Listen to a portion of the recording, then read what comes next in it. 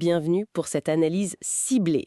Aujourd'hui, on plonge dans une publication scientifique bien précise pour en extraire l'essentiel. Bonjour, oui, on va regarder ça de près. Il s'agit de l'article, alors le titre c'est Comparing Physical Fitness Adaptations Induced by Small-Sided Soccer Games with and Without Ball Touch Limitations, a Randomized Parallel and Controlled Study. Un titre un peu long, mais qui dit tout. C'est ça, publié par Zhao Yon Wen et ses collaborateurs. C'est paru dans le Journal of Sports Science and Medicine en 2025, volume 24, pages 217 à 226. Une publication récente donc. Tout à fait. Et notre mission aujourd'hui, c'est de comprendre comment le fait de limiter ou pas le nombre de touches de balle pendant ces fameux jeux réduits, comment ça influence la condition physique des jeunes joueurs.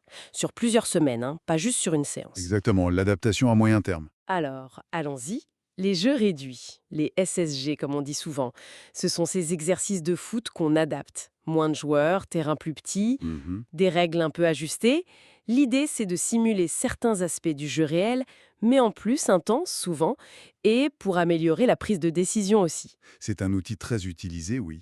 Et ce qui est fascinant ici, c'est que si on connaît bien les effets immédiats, par exemple, on sait que limiter les touches, ça augmente l'intensité sur le moment. Oui, Mais l'impact de cette contrainte répétée sur 6 semaines, par exemple, sur des adaptations physiques clés comme la vitesse, la puissance anaérobie ou même l'endurance aérobie, c'était moins clair. d'accord. C'est vraiment la question centrale de cette étude. Qu'est-ce qui change vraiment dans le physique du joueur à force de pratiquer ces jeux avec ou sans limitation de touche?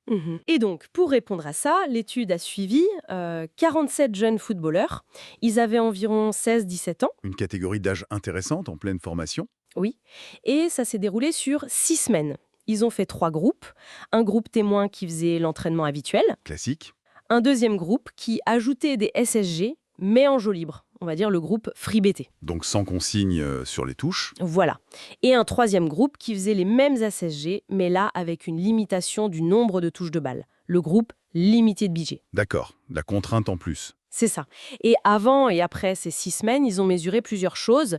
La vitesse, sur 10 mètres et 30 mètres, la capacité anaérobie. Via le test RAST, oui, c'est un test qui mesure la capacité à répéter des sprints très courts. Très important au foot, ça.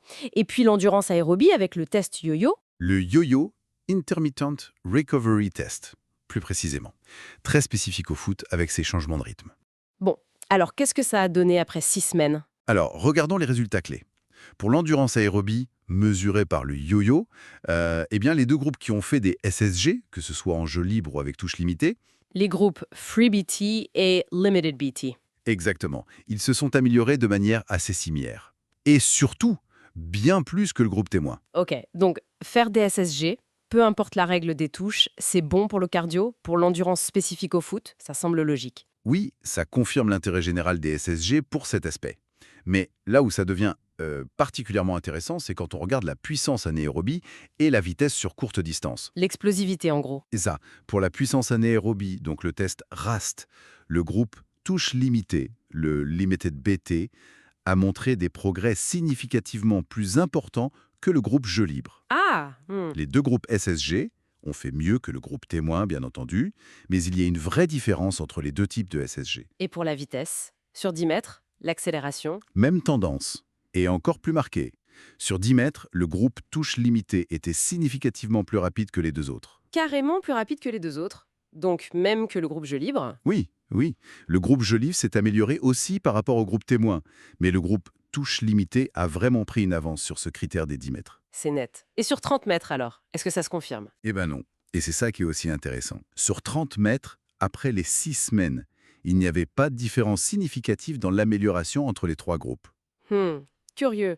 Donc pour résumer, limiter les touches, ça paye vraiment sur la capacité à répéter les efforts courts et intenses et sur la vitesse de démarrage, les premiers mètres, mais pas sur une distance un peu plus longue comme 30 mètres. C'est exactement ça. Alors comment on explique ça?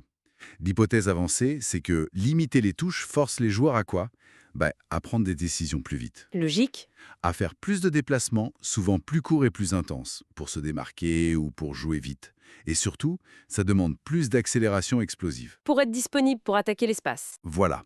Et ce type d'effort, très bref, très intense, ça sollicite énormément le système anaérobie et les fibres musculaires rapides, d'où les gains sur le reste et le 10 mètres. D'accord, je vois. Et l'absence d'effet sur 30 mètres, ça viendrait d'où alors? Bah, une des explications, c'est peut-être tout simplement les dimensions des terrains de jeu réduites utilisées pour les SSG. Ah oui, c'est souvent petit. Exactement.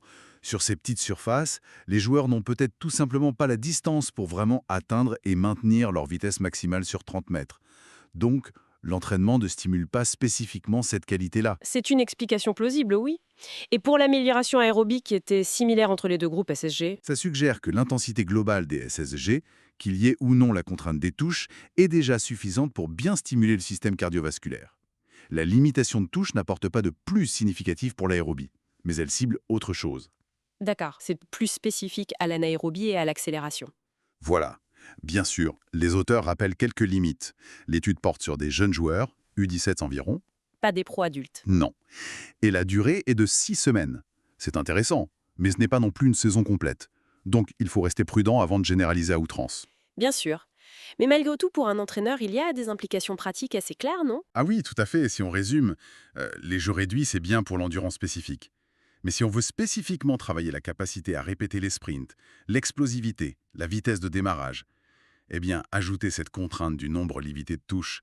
Ici, c'était variable 1 à 3 touches selon les exercices. D'accord, ce n'était pas toujours une seule touche. Non, ça variait. Mais cette contrainte semble être un levier vraiment efficace pour cibler ses qualités anaérobie et d'accélération. Ça ouvre une question pour la suite d'ailleurs. Est-ce que le type de limitation une touche stricte, c'est pas pareil que deux ou trois autorisés? Ou peut-être la fréquence à laquelle on utilise cette contrainte dans la semaine? Est-ce que ça pourrait permettre d'affiner encore plus les adaptations, de sculpter le profil physique de manière encore plus précise? C'est une excellente question. On atteint peut-être un plateau, ou alors il y a effectivement une marge pour optimiser encore plus finement selon l'objectif. Ça mériterait d'autres recherches. Certainement. En attendant, pour celles et ceux qui voudraient vraiment aller dans le détail, voir la méthodologie précise, les chiffres exacts, la lecture de l'article original de Wen et ses collaborateurs est évidemment recommandée. Dans le Journal of Sport Science and Medicine, on le rappelle. Exactement. Et pour ne pas manquer nos prochaines analyses de publications comme celle-ci, pensez à vous abonner à la chaîne et à activer les notifications. On essaye de décrypter la science du sport pour vous. On se retrouve bientôt pour une autre analyse.